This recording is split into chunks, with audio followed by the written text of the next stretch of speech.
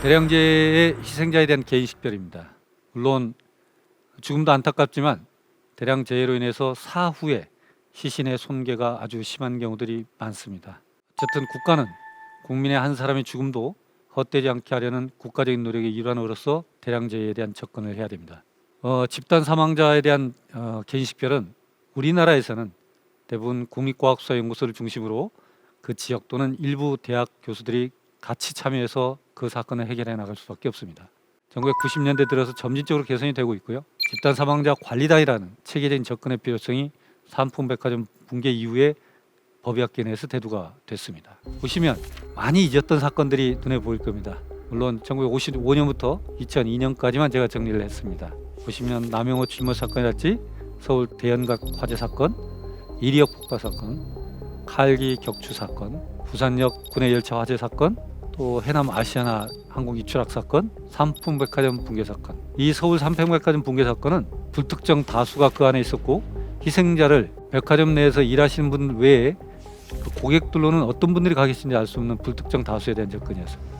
사망자도 많았고 또 왕래가 많았기 때문에 참 오랜 시간이 걸렸던 걸로 제가 기억을 합니다. 그때 처음으로 우리 시민들이 시신 수급 과정 또는 생존자를 구출하는 과정에 많이 참여를 해주셨지만 그때 이후로 아무래도 이런 대형 참사에 있어서 조직적으로 재난 관리를 해야 될 필요가 있지 않겠느냐 처음 대두가 됐던 것이고 그때 희생자 중에 DNA 기법으로 개인 식별을 시작했던 사건이기도 합니다.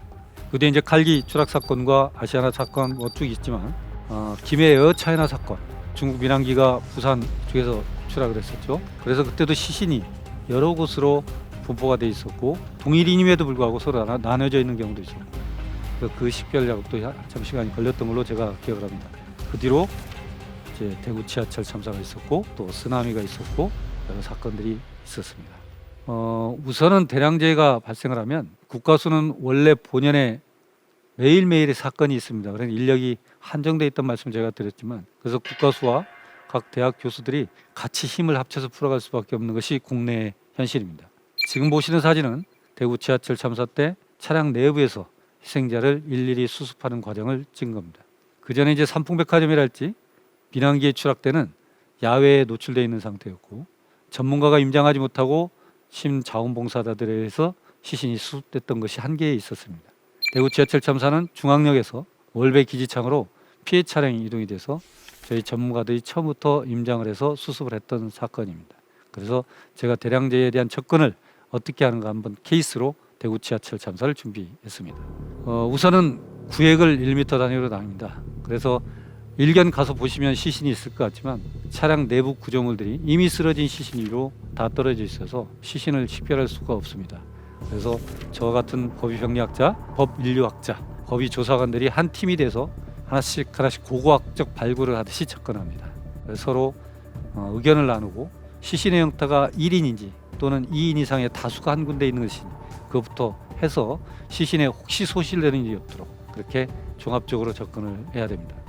차량에서 나오는 모든 구조물들은 포터블 엑스레이를 찍습니다. 그래서 육안으로 보이지 않는 혹시나 금속성이랄지 신체 일부 자료는 아닐지라도 소지품 같은 경우가 또 식별될 수 있기 때문에 모든 엑스레이 촬영 이후에 또 하나의 어떤 복원 작업을 들어가도록 하고 있습니다.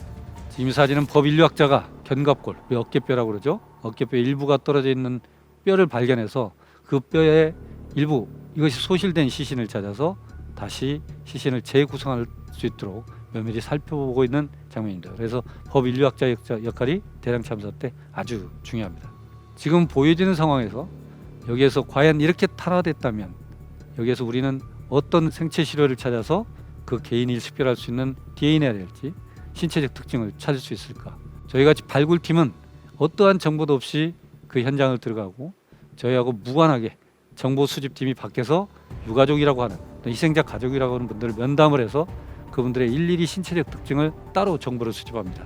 그래서 저희가 발굴팀에서 찾은 것과 또 정보 수집팀에서 가져온 것을 종합상황실에서는 양쪽을 매칭을 해서 빨리 DNA를 통해서 가족의 품에 들어갈 수 있도록 그렇게 연결합니다. 단 저희는 정보 수집팀이 갖고 있는 그분의 생전의 자료를 전혀 알지 못한 상태로 아주 객관적 상태로 발굴에 들어가고 있습니다. 그 당시 중앙역으로 들어오던 피해 차량에서 대기 명령을 갖고 기다리고 있던 승객들은 계속 고온과 외연이 다가오니까 뒤로 이동을 하게 됩니다. 그래서 실은 대개 보면 대량 참사 때 소지품을 보면 그 소지품 근처에 희생자가 있기 마련임에도 불구하고 이 건에서는 소지품과 사망자가 전혀 지리적으로 연결되지 못하는 일들이 많았습니다.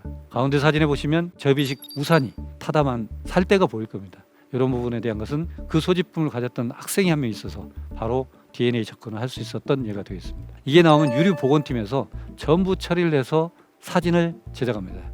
그래서 이것을 번호만 붙여가지고 가족들이 볼 수 있도록 전시를 합니다. 그럼 가족들은 기억 속에서만 있다가 진짜 소지품을 보고 생각이 날 수 있습니다. 그때 번호를 적어내면 거기가 심사를 합니다.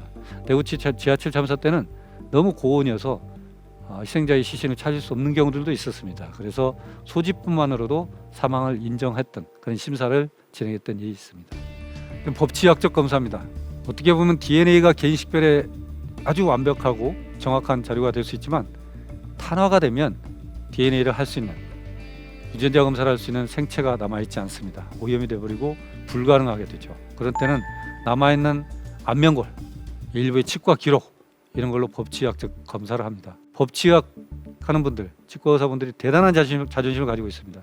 그분들은 인류 최초의 학문이 법치학이라고 합니다. 에덴 동산에서 선악과를 베어 먹었을 때 그것이 누가 베어 먹었는가를 찾는 것이 법치학적 관점이라고, 그렇게 해서 성경에 나온 최초의 학문이라고 자부심을 가지고 있습니다. 법의학자가 약 60명이라면 법치학자는 한 4-5분 정도 되고 있습니다. 그래서 이렇게 일부 정보 수집팀에 앞니가 드러나는 사진을, 생전 사진을 가지고 제출해 줍니다. 그러면 보시는 바와 같이 저희가 아무리 발굴을 해도 완벽히 탄화가 돼버린 이런 상악골만 보여지는 경우가 있습니다. 이 사진을 찍어서 법치학자는 이분이 동일인이다 이렇게 해서 가족의 품에 돌아가실 수 있도록 저희가 인도를 했던 케이스가 되겠습니다. 신원확인 유전자 분석은 과학수사연구소, 법의학부, 생물학과에서도 하고 같은 시료를 나눠서 대검찰청 기획조정부에 있는 과학수사과에서도 합니다. 그래서 동일한 검체에 대해서 양 기관이 블라인드로 따로 진행을 합니다. 그래서 동일한 검사 결과가 나온 것을 동일이다 이렇게 해서 철저하게 과학적 데이터를 만들어서 인도하는 것을 원칙으로 하고 있습니다. 유전자 분석에 있어서는 검체를 채취하고 검찰청과 국가수가 배분하고 유전자형 분석을 하고 그다음에 가족들의 유전형과 대조해서 감정서를 작성해서 그렇게 가족들의 품에 돌려보내고 있습니다. DNA는 가급적이면 참사의 희생자이기 때문에 가족의 품에 빨리 돌아가실 수 있도록 노력하는 것이 원칙이지만 신원 확인 작업이 좀 어렵습니다. 또 법인류학자의 시신 재구성 작업도 필요한 일이고요. 그래서 어떻게 보면 그룹 타겟팅과 또 랜덤하게 하는 DNA 타겟팅을 양쪽으로 해서 가급적이면 온전한 형태로 소지품까지 다 해서 가족의 품에 인도를 하고 있습니다. 지금 보시는 것은 거의 임플란트가 이루어진 하나의 뼈 조각입니다. 이 이외에 어떤 골조직도 발견하지 못했습니다. 그래서 그 당시에 실은 임플란트가 좀 드물었던 시술이었고, 여간 임플란트를 했다는 치과 기록과 엑스레이가 제시된 가족들 중에서 법치 의사들이 찾아서 이 임플란트를 하신 분이 이 엑스레이의 주인공이다 해서 DNA는 없어도 치과 기록만으로 동일인임을 증명했던 케이스가 되겠습니다. 가슴 아픈 사연입니다만 2014년 4월 세월호가 침몰하고 있는 광경입니다. 그 옆에 사진은 혹시 무슨 사진인지 아시겠습니까? 이게 대구 지하철 참사 때 승객의 마지막 모습입니다. 대구 지하철 참사는 이미 화재가 발생했음에도 불구하고 연락을 못 받은 후행 차량이 중앙역사로 진입을 합니다. 상황실에서는 화재가 발생했음에도 그 경보를 잘못 오인해서 화재를 늦게 인지합니다. 중앙역으로 진입 시 조심히 운전에 들어가시기 바랍니다. 지금 화재 발생됐습니다. 후행에서 들어온 기관사와 상황실은 연락을 하면서 연락이 이미 되고 있었기 때문에 기관사에게 대기하라는 명령을 내립니다. 기관사는 승객들에게 대기하라고 하고 기다렸습니다. 걱정 됐다가 다른 거 없어도 엉망이다 지금. 침착하게 하세요. 그러나 그 뒤로 화재가 진행되면서 통신이 두절되고 전원이 차단됩니다. 그래서 기관사는 스스로가 급히 탈출을 합니다. 그래서 승객들은 지금 대기하고 있는 모습입니다. 세월호는 침몰하고 있습니다. 제가 진도 백목항에 가서 가장 힘들었던 것 중에 하나를 얘기하라면 나중에 사후에 인양되어서 나온 희생자들이 모두 구명조끼를 다 입고 있다는 것입니다. 누구 하나도 구명조끼를 입지 않고 풀어진 사람이 없습니다. 그들은 대기하고 있었습니다. 어쩌면 그렇게 시간적 차이를 둠에도 불구하고 세월호와 대구 지하철 3사는 대기라는 말을 똑같이 하고 있었을까요? 저는 그렇게 생각합니다. 세월호는 인양해야 된다. 왜냐하면 그들은 기다리고 있기 때문에, 대기하라는 그 약속을 기다리고 있기 때문에 우리는 그 비용은 경제적 가치로 따질 수가 없다. 인양해서 우린 약속을 지켜야 된다라고 생각합니다.